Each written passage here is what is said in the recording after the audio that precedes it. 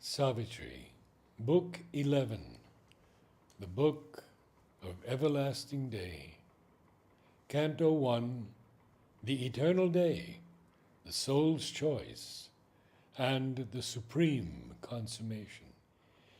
Intuitive beams shall touch the nature's peaks. A revelation stir the nature's depths. The truth shall be the leader of their lives. Truth shall dictate their thought and speech and act. They shall feel themselves lifted nearer to the sky, as if a little lower than the gods. For knowledge shall pour down in radiant streams, and even darkened mind quiver with new life, and kindle and burn with the ideal's fire, and turn to escape from mortal ignorance. The frontiers of the ignorance shall recede. More and more souls shall enter into light. Minds lit, inspired, the occult summoner hear, and lives blaze with a sudden inner flame, and hearts grow enamored of divine delight, and human wills tuned to the divine will. These separate selves, the Spirit's oneness feel, these senses of heavenly sense grow capable, the flesh and nerves of a strange ethereal joy, and mortal bodies of immortality. A divine force shall flow through tissue and cell, and take charge of breath and speech and act, and all the thoughts shall be a glow of suns, and every feeling a celestial thrill. Often a lustrous inner dawn shall come, lighting the chambers of the slumbering mind. A sudden bliss shall run through every limb, and nature with a mightier presence fill. Thus shall the earth open to divinity, and common natures feel the wide uplift, illumine common acts with the Spirit's ray, and meet the deity in common things. Nature shall live to manifest secret God. The Spirit shall take up the human play. This earthly life become the life divine. The measure of that subtle music ceased. Down with a hurried swimming, floating lapse, through unseen worlds and bottomless spaces forced, sank like a star the soul of Savitri. Amidst a laughter of unearthly lyres, she heard around her nameless voices cry, triumphing, an innumerable sound. A choir of rushing winds to meet her came. She bore the burden of infinity, and felt the stir of all ethereal space.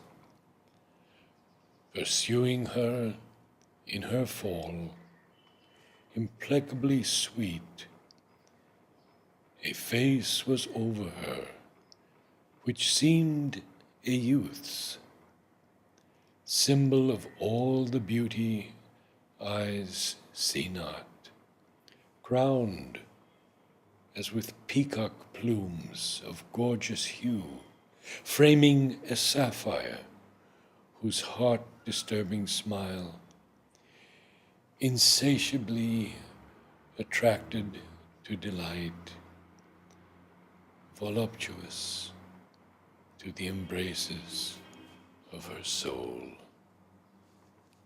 Changed in its shape, yet rapturously the same, it grew a woman stark and beautiful, like a mooned night with drifting, star-gemmed clouds, a shadowy glory and a stormy depth, turbulent in will and terrible in love.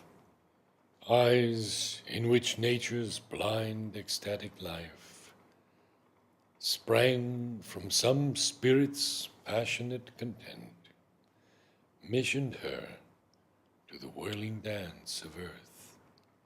Amidst the headlong rapture of her fall, held like a bird in a child's satisfied hands, in an enamored grasp her spirit strove, admitting no release till time should end.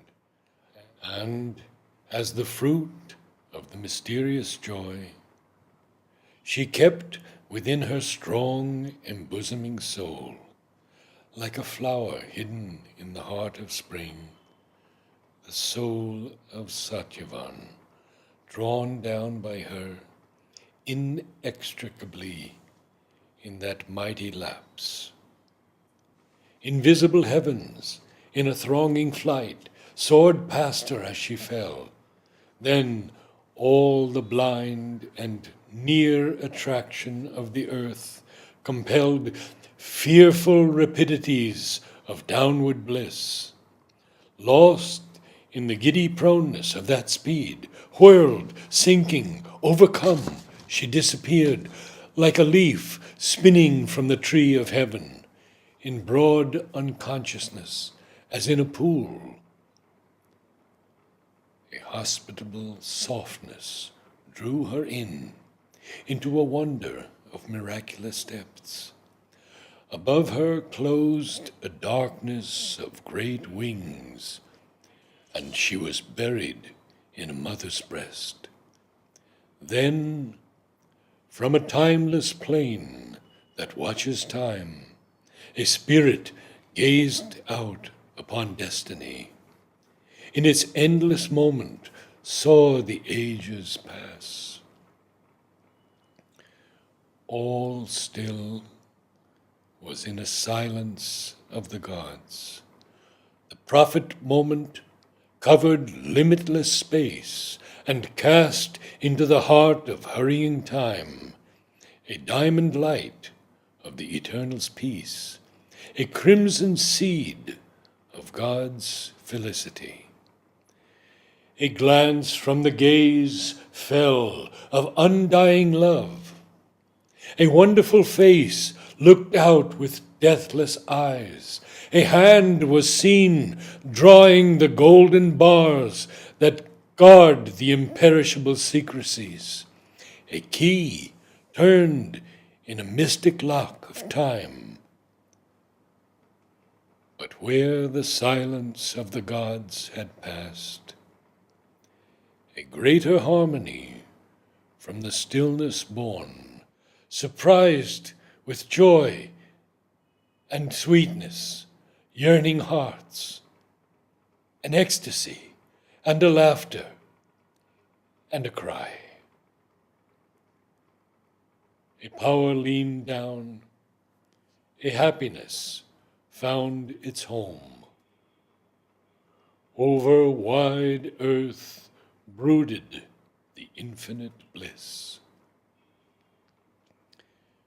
End of Canto 1.